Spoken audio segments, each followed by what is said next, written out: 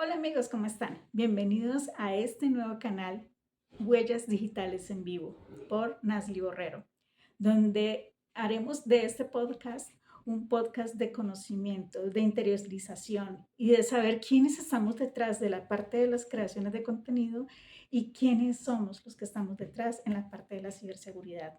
Esas historias que jamás son contadas, pero que a veces mueven muchísimos hilos dentro de nosotros. Si no, siendo más, vamos a empezar con este primer episodio. El primer episodio que no es episodio, sino mi historia.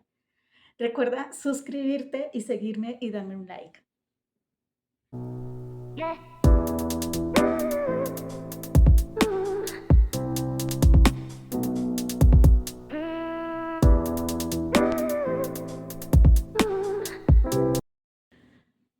Como les decía, hoy vamos a iniciar con el primer episodio que no es un episodio, es mi historia. Vamos a iniciar con la historia de Nasbor. Es la historia donde nace en una ciudad de Colombia que se llama Santiago de Cali. Santiago de Cali es una ciudad muy reconocida en Colombia por sus partes culturales, por la educación, por sus bailes. O sea, es la ciudad capital mundial de la salsa, donde se han quedado numerosos eh, cantantes, grupos de salsa y muchos, o sea, hay digamos, buena herencia sobre eso. También es también conocida como la capital mundial del deporte, porque es muy deportiva, se han hecho mundiales de salsa, se han hecho mundial de atletismo, de patinaje, y pues ha sido muy característico. Crecí en una familia, digamos, de parte de mi papá bastante numerosa, gracias a mi abuela, y donde mis tíos, la mayoría eran, si no eran políticos, eran educadores. Y ahí inicia, digamos, un punto clave de mi familia. El punto clave es de, de que ahí empiezo a tener ciertas influencias musicales de rock, por mi hermano mayor. Le gusta mucho Pink Floyd, Led Zeppelin, y me contaminó con esa excelente música. Pero mi hermano mayor también era maestro, eh, un excelente profesor. De hecho, él fue el primero que me inculcó no solamente la música, la buena música, sino la lectura. Mi primer libro lo recibí casi a los 11 años de edad, pero de parte de él. Eran unas cartillitas bastantes bonitas. Em, También tuve la influencia pues, de otros tíos que fueron directores de colegios, de escuelas, eh, o sea, que influyeron mucho en la parte de la educación y me enseñaron también la parte de la ética. Y otra de mis primas que también cabe destacar es una historiadora, una excelente historiadora, escritora, artista. Y también otro primo que también es cantante, crea su propia música. O sea, ha sido una influencia del arte, de las letras, de la música, y eso ha influido mucho en mi crecimiento. También de la parte materna, mi mamá era también maestra, o sea que de ahí también saco yo toda la parte de por qué ser maestra, por qué ser docente. A medida que fui creciendo, mm, empezaron como ciertos puntos críticos, porque estaba, digamos, un poco desorientada en la parte pues, académica, no sabía qué estudiar inicialmente. eh, y pues uno de mis hermanos, mi otro hermano, estudió también ingeniería de sistemas y digamos que lo veía tan exitoso que por ahí me fui. Pero había un gran problema. A mí no me gustaba el desarrollo de software. Qué lata. Pero sí, me gustaba mucho toda la parte de informática. Pero bueno, eso es más adelante. Después de explorar mi vocación y gracias a mis tíos y gracias a mi familia, a la final, pues hubo la aceptación de la ingeniería de sistemas. Bueno, inicié con la tecnología de sistemas y luego con la ingeniería de informática, pero iba a ser ingeniera informática, pero cambiaron el nombre de la carrera, entonces salí como ingeniera informática. Bueno, ustedes saben muy bien cómo a veces se mueven las universidades. Entonces, ese rollo es otro nudo de otra historia. Bueno, en sí, eh, sí tengo que omitir muchas cosas que no puedo contar aquí, pues tampoco al público, pero eh, eso que me toca omitirles por respeto a mis padres, a mi familia, pero que si alguien me invita a unas chelitas, se las cuento. Bueno, muy bien. Entonces, a medida de que fui creciendo, pues me fui de la casa, me casé, eh, me fui para República de Irlanda y ahí empezó como la otra Nasli, de saber qué es lo que realmente quería. O sea, estando con estas células académicas de Microsoft, de ser embajadora de Microsoft académica, bueno, empezamos otra vez con la misma lata. Soy ingeniera de sistemas, soy ingeniera informática, pero no me gusta el desarrollo de software. Y como que todo, en esa época todo estaba enfocado al desarrollo de software. Y de ahí entonces paso, eh, pues ya a lo que es la parte de un producto que se llama SharePoint de Microsoft. Pero en esa época era Windows SharePoint Services. Del sistema operativo del servidor. No se me ha olvidado. Pero empezamos allí y empecé con esa parte de Windows Defender. O sea, hice hasta mis primeros pinitos en Exchange, que no sabía nada de Exchange. Me mandaron a hacer como una casa de éxito de la empresa. Resultamos como casi 48 horas trabajando hasta que se dio. Pero cuando estaba haciendo esa implementación, ahí aprendí sobre seguridad. O sea, no sabía qué era ISA, en esa época no sabía cómo se manejaba el ISA Server, no, nada. Y de ahí empieza, pues, la investigación me empezó a gustar y bueno, por ahí me empiezo a mover. Después suceden digamos, unos problemas familiares, no problemas, sino por cosas de la naturaleza, pues perdí a mis papás, eh, a mi abuelita y pues ahí empieza un episodio bastante fuerte de mi vida y es duro en mi vida. ¿Por qué? Porque me sentí desorientada. Se fueron las personas que más me orientaban y eso fue, digamos, un punto bastante crítico. Cuando inicio ese punto crítico en mi vida, empieza una parte de lo que se le llama hoy ciberseguridad. Yo mantenía muy pegada, o sea, empecé a pegarme mucho a los equipos de cómputo, empecé a aislarme, empecé con muchos inconvenientes de mi vida y, y pues empezaron, digamos, no conocía tanto como los peligros en ese entonces de la parte cibernética. ¿Por qué? Porque a pesar de que yo conocía la parte de seguridad digital, pero era antivirus, era toda la parte de seguridad organizacional, pero no manejábamos mucho la seguridad en el hogar, ¿no? No manejábamos mucho la seguridad como personas.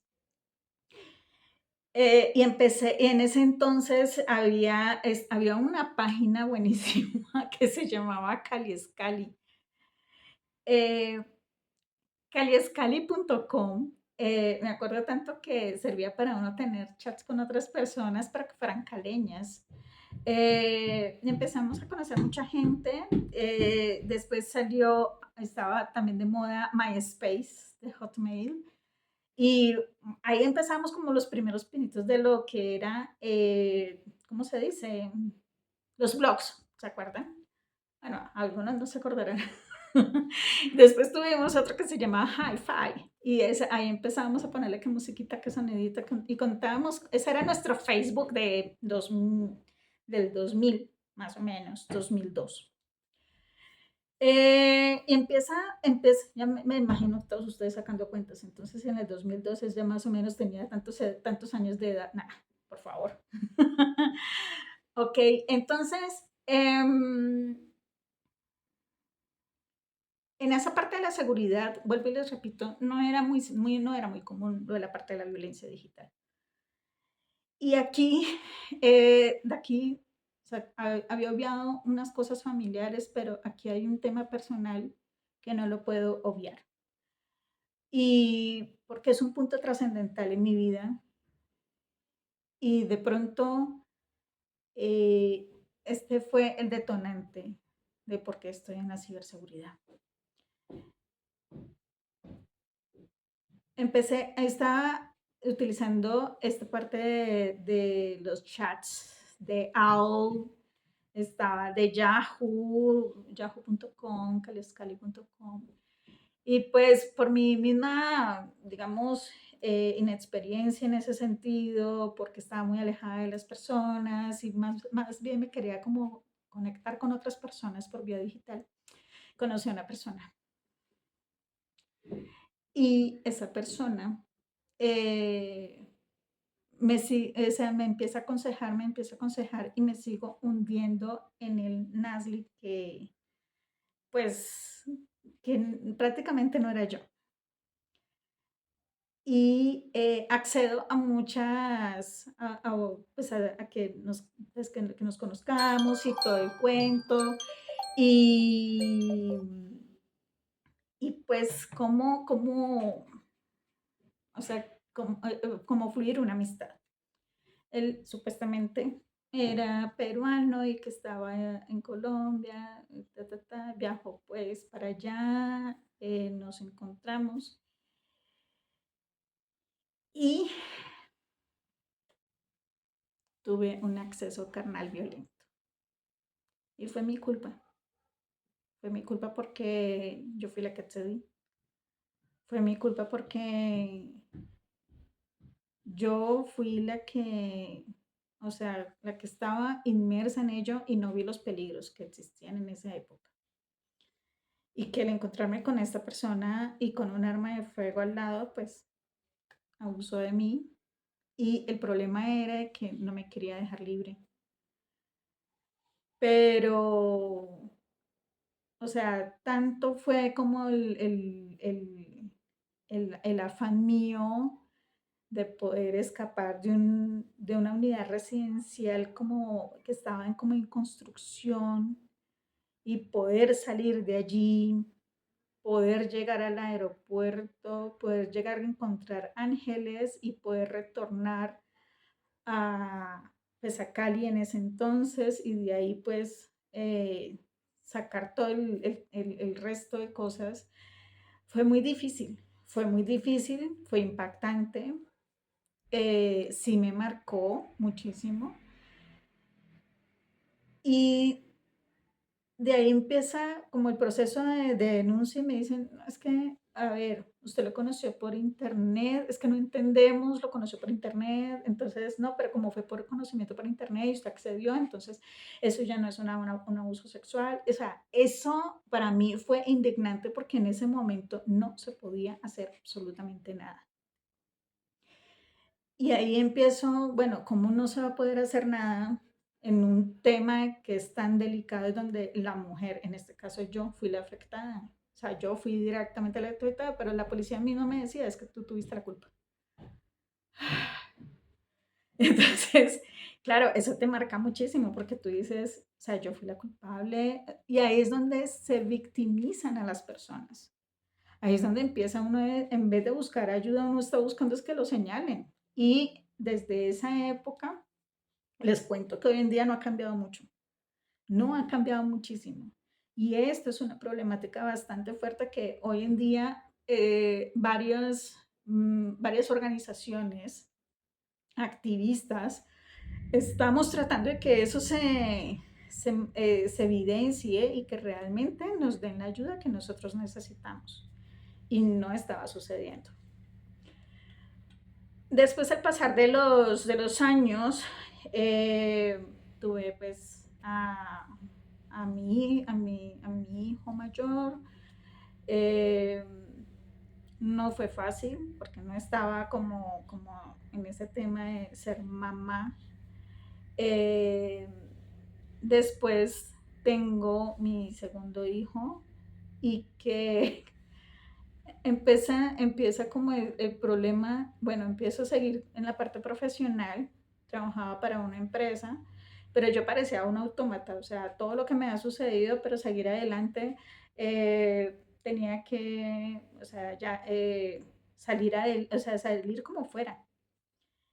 Y me recuerdo tanto que mi hijo chiquito empezó con problemas de acoso en la escuela, y la escuela tampoco hacía nada. Y yo, "Ay, o sea, es increíble que no puedan hacer absolutamente nada pues a este niño que realmente necesita ayuda". Y le hice una carta a un clic de enredarse. Y este libro fue lindo porque hablaba sobre cómo era el acoso cibernético. Y en ese entonces, mi hijo apenas tenía 6 años. Y empezó a hablar sobre qué es, y para detectar qué es lo que él tenía, hacía actividades y él se ponía a hacer esas actividades, y así yo me daba cuenta qué tipo de acoso estaba sufriendo. Y yo decía, bueno, yo sufrí un abuso sexual en línea que a los años, casi a los 12 años, ya se tomó en cuenta como un acoso sexual en línea y abuso, y que pues salió una línea del abuso sexual. Y a raíz también de lo que le estaba sucediendo con el acoso cibernético al niño, y a su vez la hija de mi mejor amiga también había sufrido de un acoso en línea, pero también se desarrolló, ya se estaba llevando a un acceso también, eh, en persona. Y entonces eso ya empezó como a tomar esa línea, esa fuerza, y decir, ya no más. O sea, ya no hay más cabida en este corazón. Yo tengo que hacer algo, yo tengo que empezar a salir adelante, y no es justo lo que está sucediendo con las personas más cercanas de mi vida. No ha sido un camino fácil. Llegar a la ciberseguridad, empezando, la ciberseguridad no es, em, al principio todo el mundo era, es que la ciberseguridad es para hombres.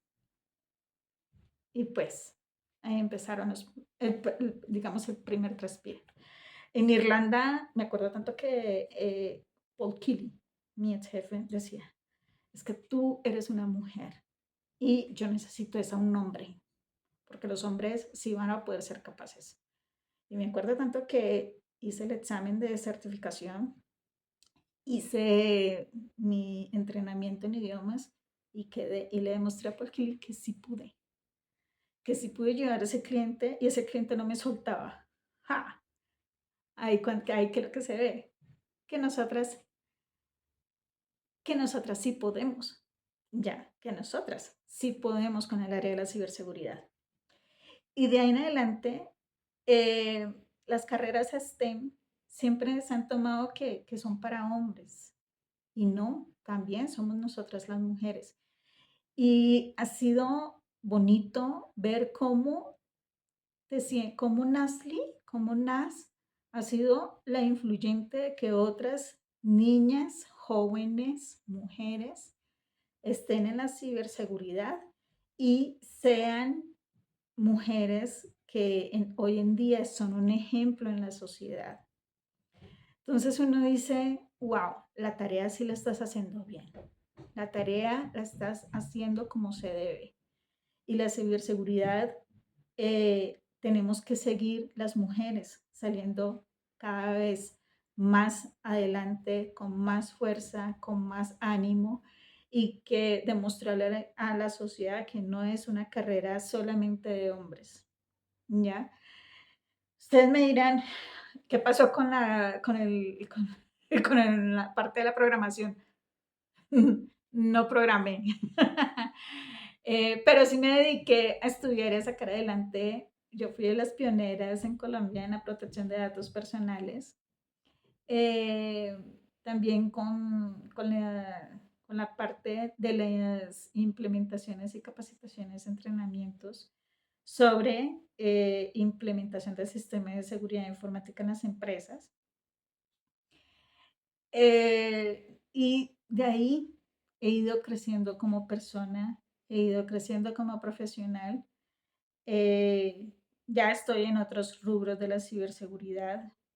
Y esta parte de la ciberseguridad me llevó a sitios donde nunca me imaginé, que fue viajar por muchos países, por muchas ciudades, em, ser un referente. eh, o sea, ha sido una experiencia muy bonita. Pero ustedes miran, entonces vive, aquí es donde siempre me dicen, o sea, vives súper bien. No, el hecho de que uno esté haciendo lo que a uno le gusta no significa que uno esté millonario, tapadísimo de dinero. No, vivo normal como una persona, con todos esos gastos y más de madre soltera, porque soy madre soltera. Entonces, muchas personas como que todavía creen que los creadores de contenido creen que o sea, que ciertas personas o que estamos los de ciberseguridad somos, mejor dicho, unas personas millonarias y no, no es así, ¿ya? Ahora, una cosa es ser influencer. Esos influencers son las personas que influencian en algo, en alguien, en una sociedad sobre algún producto, algún servicio, ¿ya? Esos influencers son los que, digamos, son los que realmente muestran qué es qué es lo que está de moda, qué es lo que se está haciendo, si el producto sirve o no sirve, si el producto es, no es, o el servicio como tal. Pero está el creador de contenido y el creador de contenido somos todos los que estamos conectados a Internet. Hay creadores de contenido donde solamente cuentan sus vidas, hay otros que empezamos como con como un podcast, hay otros que realmente son investigadores, analistas de casos, de hechos que han sucedido y son totalmente distintos y sus monetizaciones son distintas. Entonces también son tipo de cosas que hay que tener en cuenta. Nosotros los de ciberseguridad tenemos que movernos muchísimo también, porque no es solamente trabajar y ya, nosotros también tenemos que producir otro tipo de cosas para poder nosotros estar vigentes ante la sociedad. Y devolviéndonos un poco, para cerrar, digamos, este episodio número uno, ustedes dirán, ¿qué pasó entonces con la carta que le hizo el hijo? Que se llama A un clic de enredarse. Y se convirtió en un libro. Ya llevamos, ya está, después siguió parte uno, después siguió parte 2, y ya llevo escrito 10 libros. Ustedes dirán que desocupada. No, no es desocupe, es investigación.